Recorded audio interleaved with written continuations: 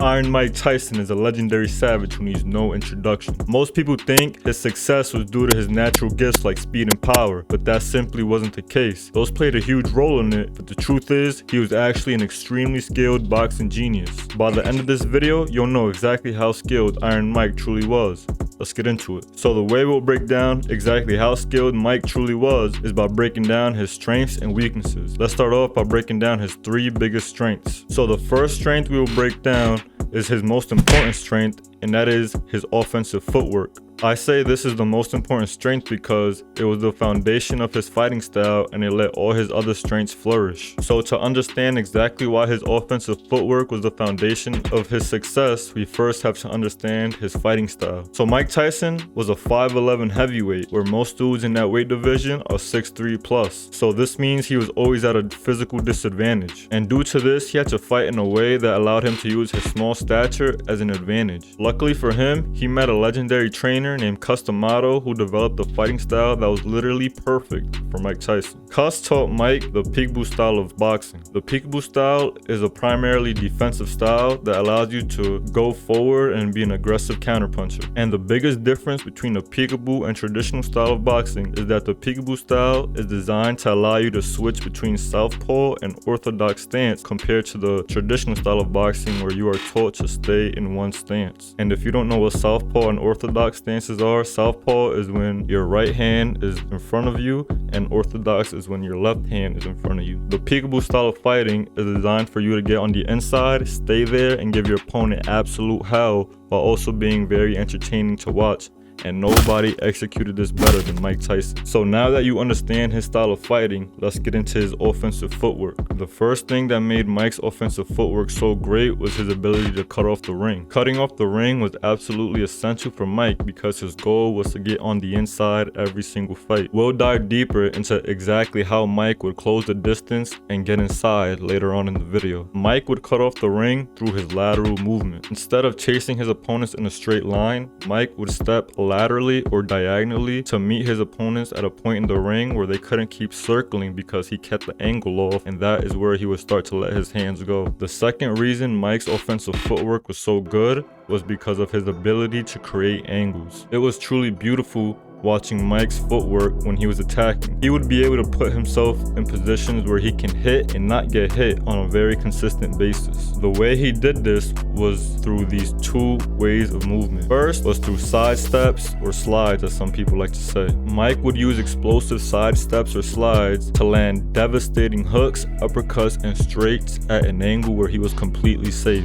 He would then mix these in with pendulum steps, which are simply explosive side steps, but you end up switching stances as you step. For example, Mike would make his opponents miss in the orthodox stance, then use a pendulum step and step to the side to land in a southpaw stance, which would then create openings for devastating hooks and uppercuts up the middle. These key offensive footwork abilities tied into his next strength. The next strength of Mike Tyson was a skill that defined him as a fighter, and that was his mastery of inside fighting. I like to define inside fighting range as a distance where you and your opponent are too close to throw straight punches. This is where hooks and uppercuts are most effective. There was arguably no one better than Mike Tyson on the inside. His short reach and stature gave him a lot of leverage on his punches at this range, and they also allowed him to beat his much larger and taller opponents to the punch at this range. That's where being a small heavyweight really played into his favor. There were 3 things Mike did extremely well that allowed him to be a master at inside fighting. First was his vicious hook and uppercut combos. Mike was famous for doubling up hooks on the same side. For example, he would love to throw double hooks to the body on the same side, or the hook to the body followed by the uppercut to the head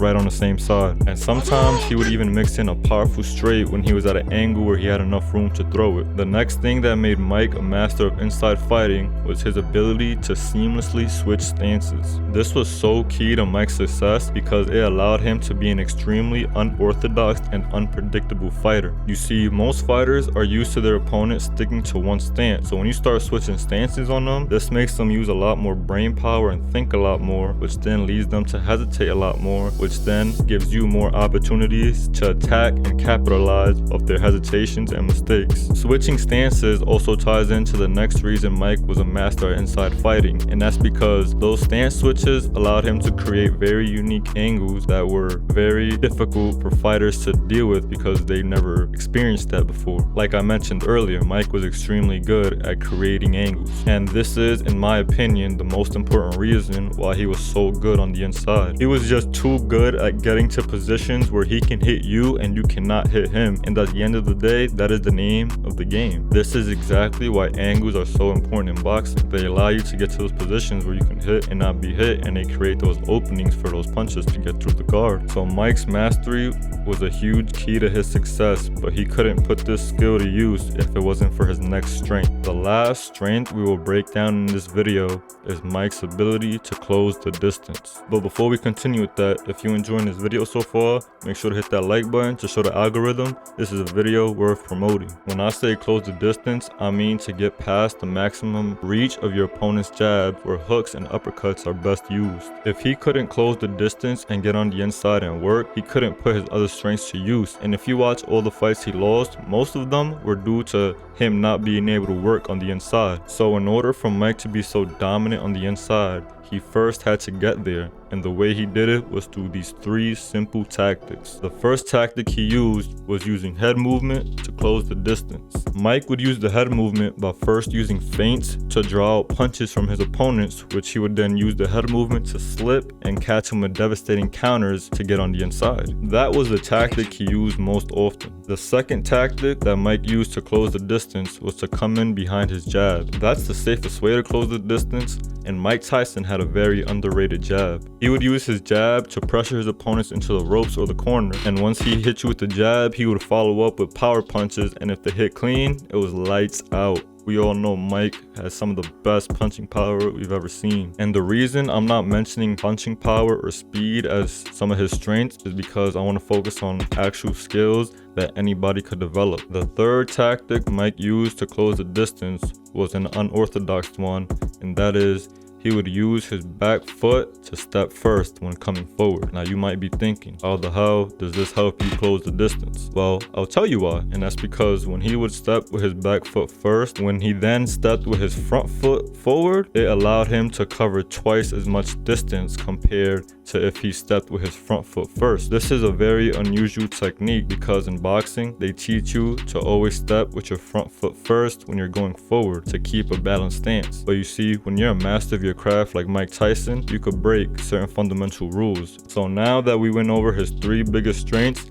it is now time to go over his two biggest weaknesses. The first weakness that Tyson had was the fact that he was a one-trick pony. Now hear me out. What I mean by this is he had the same game plan every time he fought, no matter who he was fighting. And that game plan was to close the distance, get on the inside, and take their head off, which was a great plan until it didn't work. Like I mentioned earlier, most of his losses came when he came across an opponent who was able to nullify his pressure and inside game. For example, when he fought Buster Douglas, the man who gave him his first L and had the greatest upset in sports history, he beat Tyson by keeping him at bay with straight punches, and then when Tyson would get past those straight punches, he would clinch him to not let him go to work. That was a genius game plan. He effectively neutralized Mike Tyson and knocked his ass out. He laid down the blueprint on how to beat Mike. And they also say that supposedly the night before that fight, Iron Mike was having a lot of fun with his good friend Bobby Brown and his great friend Cocaine, so I'm pretty sure that didn't help him either. You see, what Tyson should have done was try and make an adjustment and use a different plan, like letting Buster come to him instead of always going forward and try outbox him that way, since his bread and butter wasn't working. Another example of this is when Lennox Lewis knocked out Tyson. You see, Lennox was keeping Mike at the end of his jab all night long and piecing him up, and Mike was just getting outboxed until he finally just got knocked out. So the fact that Tyson was a one-trick pony and couldn't do nothing else when plan A wasn't working ties into his next weakness, which was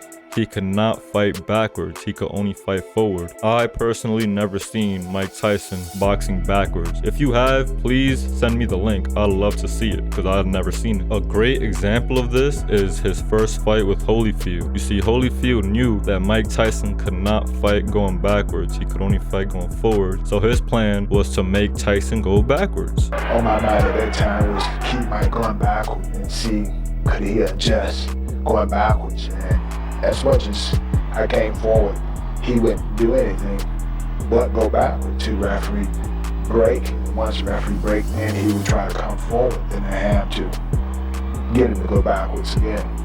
He didn't allow Tyson to bully him, which is a huge task to ask, but he was durable enough to do so. That dude was literally eating the most hard punches I ever seen Mike throw. Like, I literally do not understand how the hell he ain't getting knocked out, bro. He was getting hit clean with some of Tyson's hardest punches, bro. That dude is literally built different, bro. Crazy. Tyson should have made an adjustment and tried something different, like boxing him from the outside, but he couldn't because going forward and getting on the inside is all he knew. He could not fight any other way. And for those of you who think you can't box from the outside if you're the shorter guy with the shorter reach, you're wrong. Just look at Tank Davis. He's always the smaller guy for the most part. Not always, but Tank fights from the outside. He can fight from the outside, as you can see with Ryan Garcia and Rolly Romero. He stayed on the outside and knocked the ass out by counterpunching them. So those two weaknesses is what I think held Tyson back from being the complete fighter, because he had everything else. But there's this one thing that's very questionable about Mike Tyson. I personally don't want to call it a weakness, but depending on who you ask, they might think it is. What I am referring to is something intrinsic that all fighters need. You see, some people think Tyson lacked heart because not all of the time,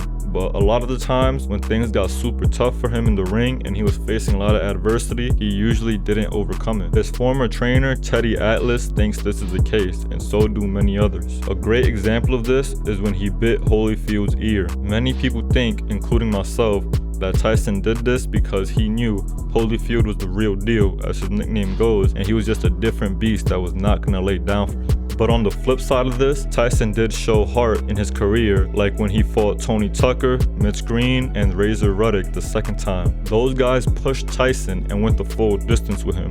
They did not come to lay down. They came to take his crown, but he was just better than them. They just happened to come up short. Another example of this is when he got his first loss against Buster Douglas. Even though he lost, if you watch that replay back, when he got knocked down, he tried to get back up and keep fighting, even though you could clearly see he was hurt. So that shows he had heart. So those are a few examples of Tyson showing he didn't completely lack heart. He had some heart. Me personally, I think Tyson did have heart. He just didn't have as much heart as you would like a fighter of his caliber to have. I think that's where it really lies. So now that we listed his strengths and weaknesses, it is time for me to give Iron Mike Tyson a rating between 1 and 5 stars. I believe Mike Tyson is one of the greatest heavyweights of all time, and I do believe that prime version of him before he got locked up, and especially when Customado was still alive, was the greatest heavyweight of all time. With that being said, if I had to give Iron Mike Tyson an overall rating between 1 and 5 stars, I would give him a 4.5 star rating. The reason I won't give him a 5-star rating is because I believe a 5-star rating is reserved for fighters who check every single box,